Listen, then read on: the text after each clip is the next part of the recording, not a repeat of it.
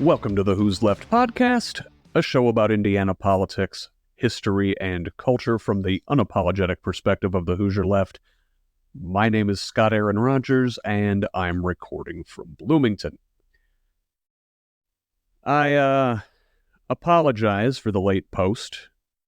It's taken me all this time to get my thoughts in order, and self-medication probably hasn't helped. The title of my last podcast episode before the election was "We're Not Going Back." Maury's lie detector test determined that was a lie.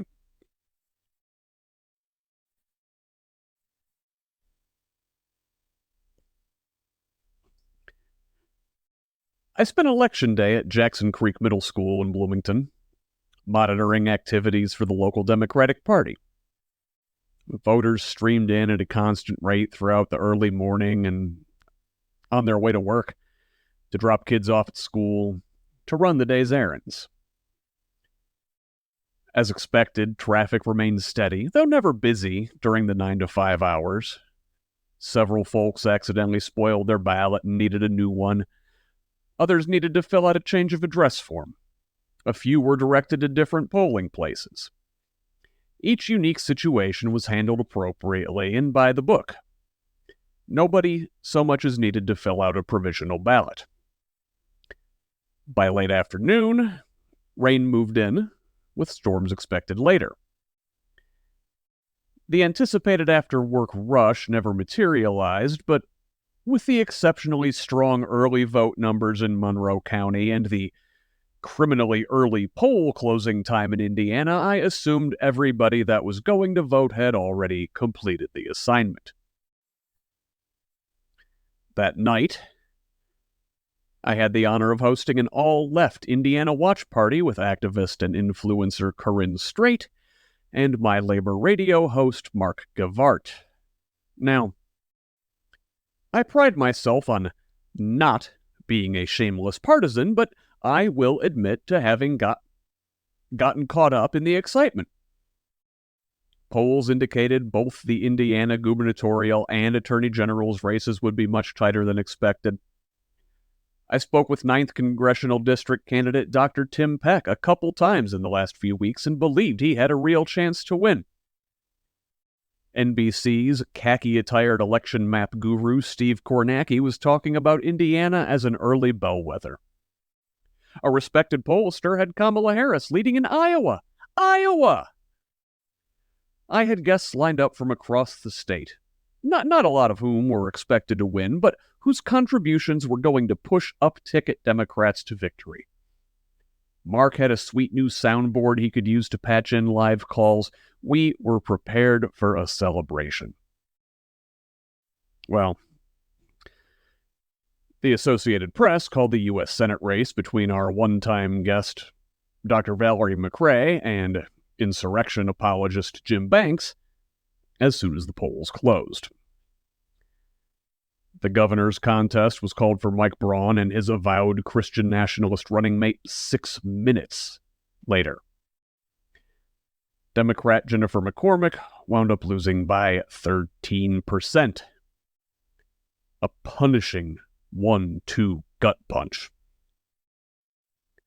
Radical Catholic extremist and legal terrorist Todd Rokita was proclaimed winner of the AG race before 9 p.m., eventually coasting to a 17-point victory. Indiana's Democratic congressional candidates all fell in short order. We held out hope for a handful of state house races, particularly in suburban Hamilton County, which Kornacki had highlighted in the lead-up to Tuesday. Friend of the pod Josh Lowry hung tough most of the night in House District 24, but his opponent, former Colts punter and far-right extremist Hunter Smith, pulled away for a 12-point win. Another sports-adjacent Republican, Pacers exec and anti-trans bigot Danny Lopez, found fierce resistance from Matt McNally in District 39, but still won by 7 points. Our hope to break the GOP supermajority was crushed. Still, we kept an eye on Tiffany Stoner in District 25, who gave her opponent all she could handle. That race remains uncertain, though incumbent Becky Cash leads by 66 votes. Poor Michelle Higgs in District 60, one of the local Democrats who most impressed me this cycle. AP had her up big most of the night, only for it to turn out they had the numbers reversed and she lost by 50 points. And down here in my own District 62, another friend of the show, Thomas Horrocks, stayed neck and neck with incumbent Dave Hall well past the time the color had drained from our faces, the good pastor conceding to his Republican rival on Thursday, trailing by less than 800 votes. I harbor a degree of guilt for this loss. Did I do all I can do? Would the time I spent on this project have been better used on the ground for his campaign? Could I have juggled more responsibilities and done both? In the end, it appears the state legislature will remain exactly where it began, with a 70-30 Republican supermajority consisting of Oath Keepers, Nazi sympathizers, drunk-driving gun nuts, religious extremists, privateers, and bigots. We didn't even look at the presidential race until our dim hopes for Indiana had been extinguished. Surely, at least America would reject the insurrection-fomenting, treasonous, convicted felon, adjudicated rapist, grifting con artist mob boss, right? Right? The night wore on. The situation grew more dire. Those guests I had lined up, I invited them to a celebration, not a funeral. Party canceled. By midnight, my co-hosts had tapped out to get some sleep. Good friend of the pod, Bourbon, took their place in the chat. Four Roses Small Batch, a very nice mid-shelf choice for those looking to self-numb in the wake of our nation's authoritarian descent, by the way. So, me and Rosie tried to hold on until at least 1 a.m., wishing for a sign that things might turn, but those expected storms rolled in, a power outage abruptly ending the broadcast early, a fitting end to the night.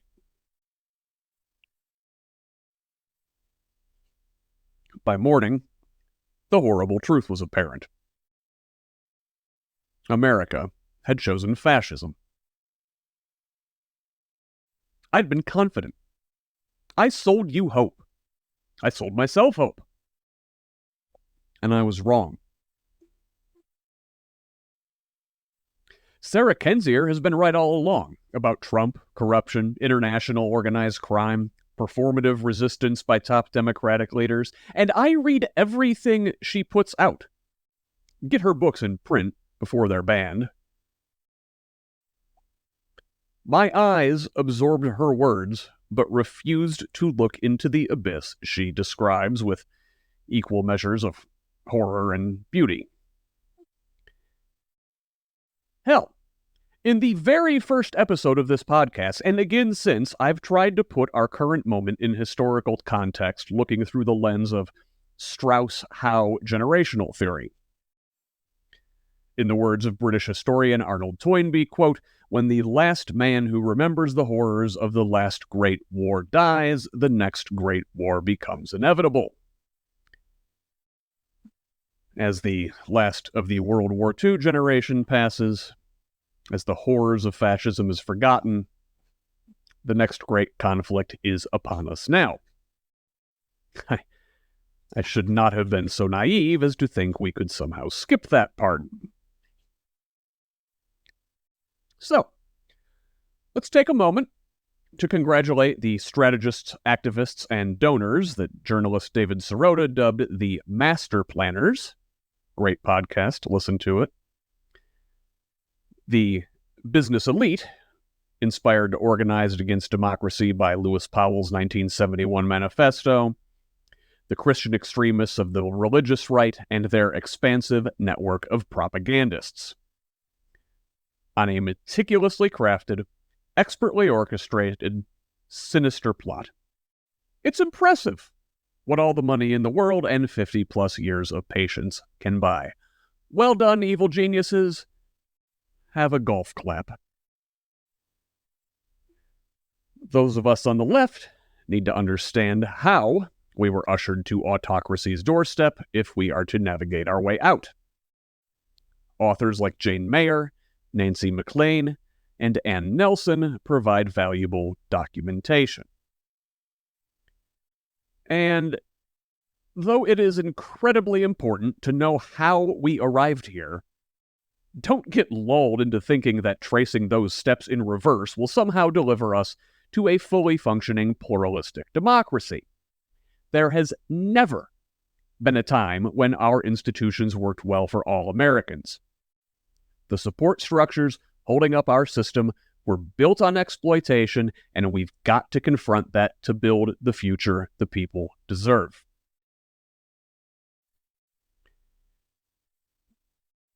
Democratic infighting has run rampant in the days since the devastating loss. Biden loyalists insist he could have won if not shoved aside. Others, including former Speaker Nancy Pelosi, blame Biden for not bowing out sooner.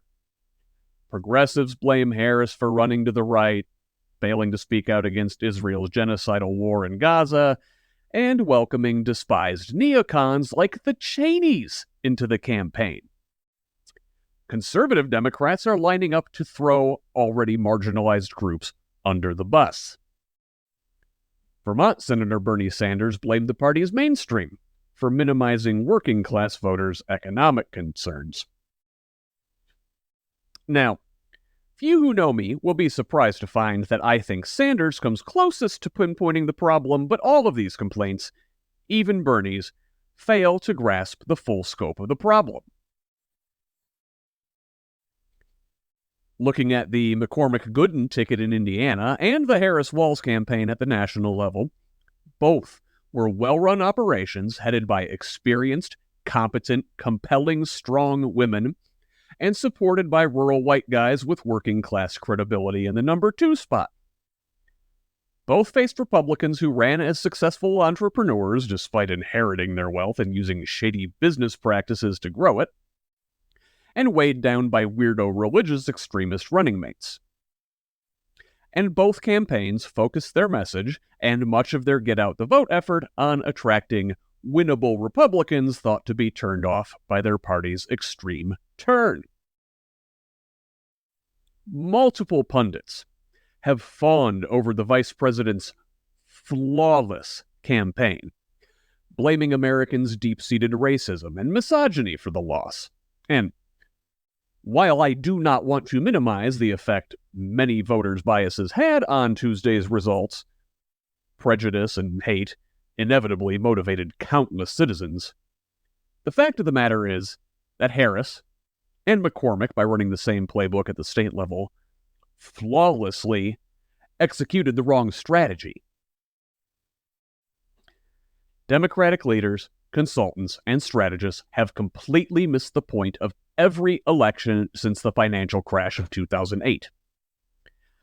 I don't care if the top-line economic numbers say the U.S. economy is the envy of the world. Maybe those stats don't measure the things that actually matter to people, but how efficiently the ownership class is squeezing the rest of us. Americans are pissed off at the entire system, one that has funneled $50 trillion of wealth from the working class to the top 1% since 1980. That has U.S. workers producing more than ever for a smaller slice of the pie. That always has money for war abroad, but never enough to raise living standards at home.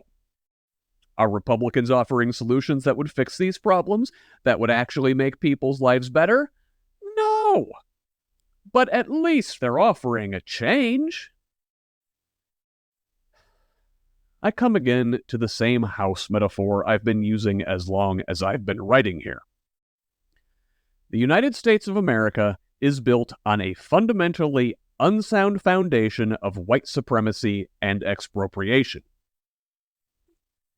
We desperately need to rebuild something new, something more fair, more human in its place. Far-right MAGA Republicans are offering to blow up the old system. Democrats counter not with the required full-scale renovation, but with a coat of fresh paint. So, for their ineptitude, their complacency, their complicity in many cases, a lot of heads need to roll. In Indiana, that means State Party Chair Mike Schmoll. Under his watch, Hoosier Democrats have continued to run to the right, only to keep losing ground. Hired after managing fellow South Bend native Pete Buttigieg's overperforming 2020 presidential campaign, it turns out Mayor Pete's strong showing had everything to do with the uniquely talented candidate and very little to do with his hangers-on. At the national level, the party is rudderless, with no clear-cut leader. DNC Chair Jamie Harrison should start packing the things in his office now. Former Speaker Nancy Pelosi has passed the torch as nominal leader, but still holds a ton of sway. Her time marked by token resistance, performative bullshit, insider trading, and, yes, raising a whole lot of money for the party. Likewise, Senate Leader Chuck Schumer has pulled in a ton of cash by playing nice with Wall Street. Maybe playing nice with Wall Street is a big part of the problem in the first place.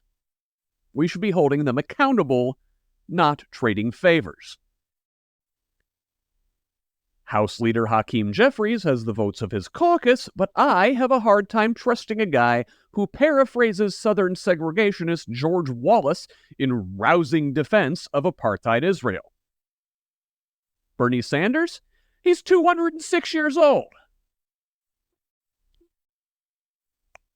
All the Clinton, Obama, and Biden machine flunkies, I've heard enough out of all of you.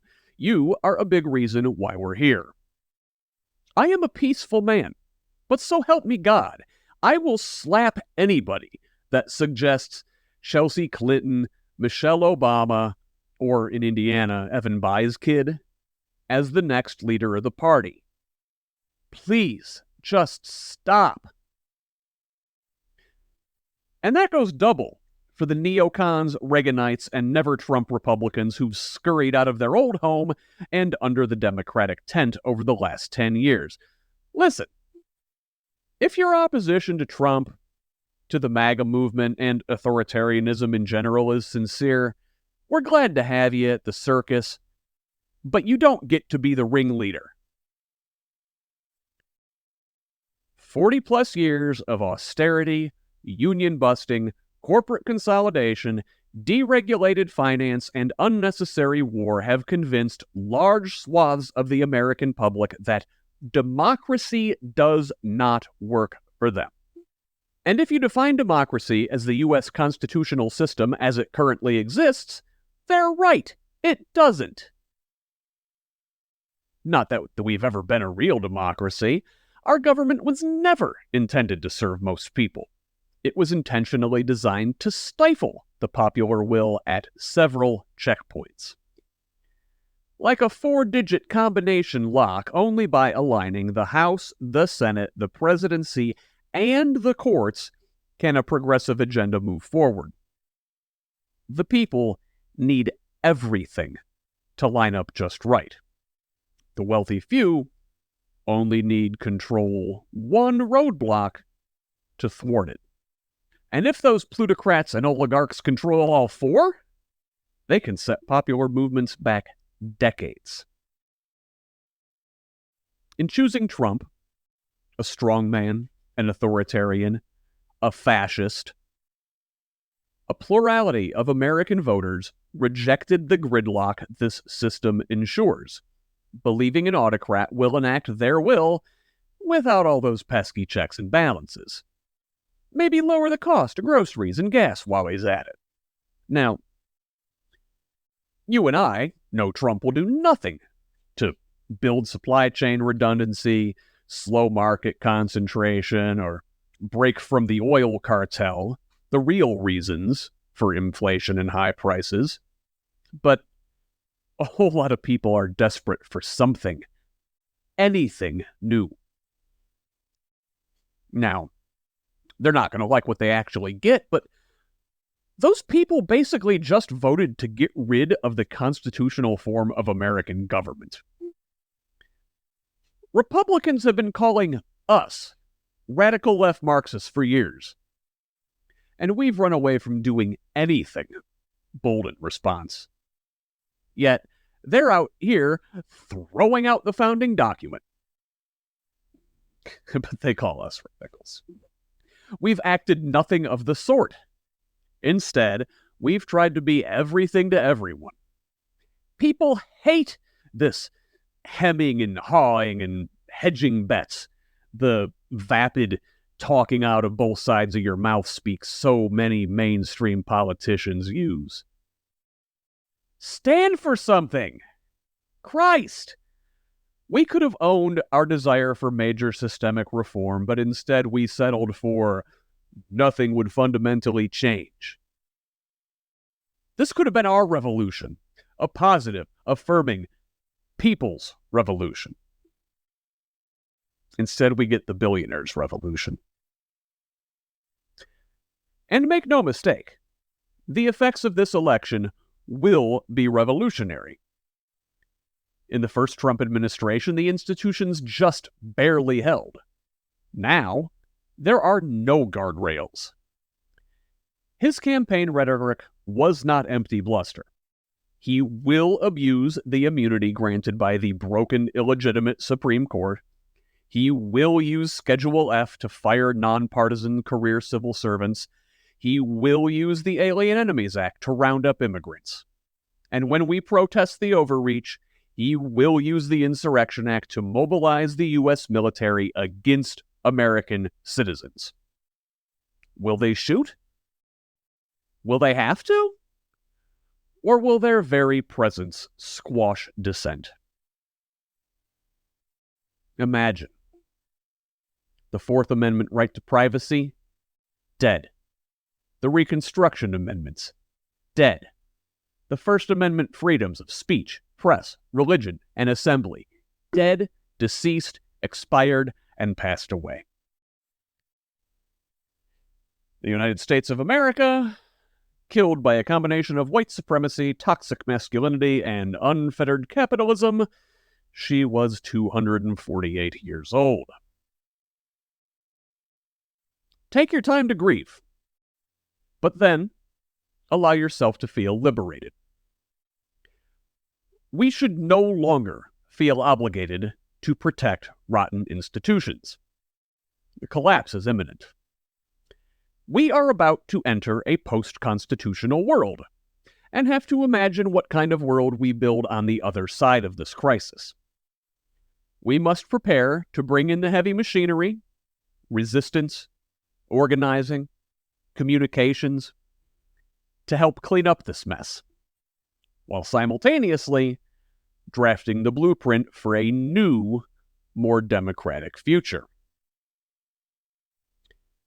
The mess, an authoritarian America, won't look like Hitler's Germany or Mussolini's Italy. I don't think it comes to that. But you do need to understand that fascism is not a movement unique to Europe in the 1920s and 30s. It is a recurring virus plaguing humanity, evolving and mutating with time. It won't look like Franco's Spain or Pinochet's Chile, led by military commanders. More apt comparisons? Berlusconi's Italy, Erdogan's Turkey, Orban's Hungary, or Putin's Russia. The latter two autocrats in particular providing the framework for 21st century despotism most emulated by the U.S. right. I mean, I'd like to think gas chambers are off the table this time, but concentration camps? The market is already counting on them. Detention without charge, forced labor, sham trials, poisonings, disappearances, falls from high windows, one-way helicopter rides?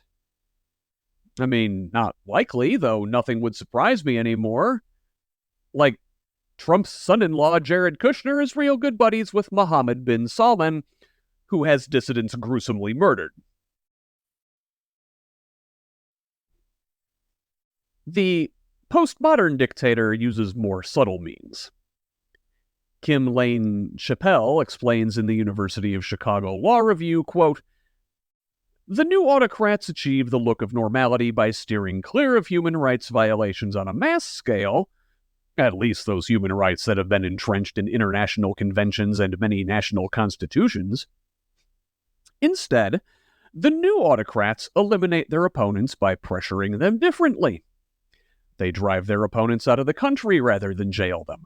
They punish those who defy them through economic measures that might easily be confused with bad luck in free markets. Opponents are fired from their jobs, denied social benefits for technical reasons, and evicted from their buildings because of small and technical violations. Owners of businesses that the government wants to seize in order to redistribute it to its own allies are given offers that they cannot refuse." End quote. A veneer of democracy with surveillance.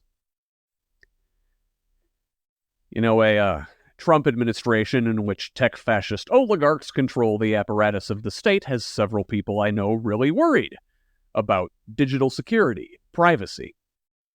They're talking about using Signal for encrypted messaging, setting up VPNs on their home networks, downloading ebooks for offline use, removing restrictions to make reading materials shareable, and ditching Google for private search engines like DuckDuckGo, SwissCows, or Hoogle. The Electronic Frontier Foundation and their Surveillance Self-Defense Guide are a great place to start. So, that's what we're up against. Don't obey in advance, but do take care of yourselves. Put on your oxygen mask first, so you can help the most vulnerable. Stock up on Plan B and gender hormones. Share banned books. Aid and abet abortion. Harbor dissidents. Do whatever you're capable of doing to reduce harm and promote freedom and dignity. Everyone will have their own risk tolerance. And you might be risk-averse. That's fine. Blend in. Go stealth. Go offline completely if necessary. Clear your history. Shred your hard drive. Unsubscribe from subversive publications like this one. I understand, and I won't be offended. But don't look away. Write everything down, even if you share it with no one, just so you remember the truth when they lie to you later. The mainstream media is already falling in line. Don't expect the whole truth from them. As for me, I take solace in the fact that I'm probably pretty far down on the enemies list. I'll continue to stand up loudly and scream the truth. I've said too much already in this space, and there's no taking it back now. But I will not cower, and I will not hide. I'm not hard to find. Bring it. The great James Baldwin said, "The most dangerous creation of any society is the man who has nothing to lose." Well, nothing these fascists could take from me is greater than what I've already lost this year. So, until we rid our country of this authoritarian plague, I am the enemy from within. Thanks for listening. If you're not afraid of providing material support for the enemy within, I could really use your paid subscription right about now. So if you can, Head on over to scottaaronrogers.substack.com and subscribe at the paid level. That's where you'll find everything I publish. For now, you can also find me on Facebook, Blue Sky, YouTube, and TikTok at HoosLeft, and on most other social media sites at ScottRog78. My DMs are open for feedback, tips, ideas, and concerns. You can also email me at scottrog78@gmail.com. Forward the show to a friend and have them forward it to another friend. Let's keep building this project and the democratic future we deserve. Until next time, this has been the Who's Left podcast. I'm Scott Aaron Rogers. Love each other, Indiana.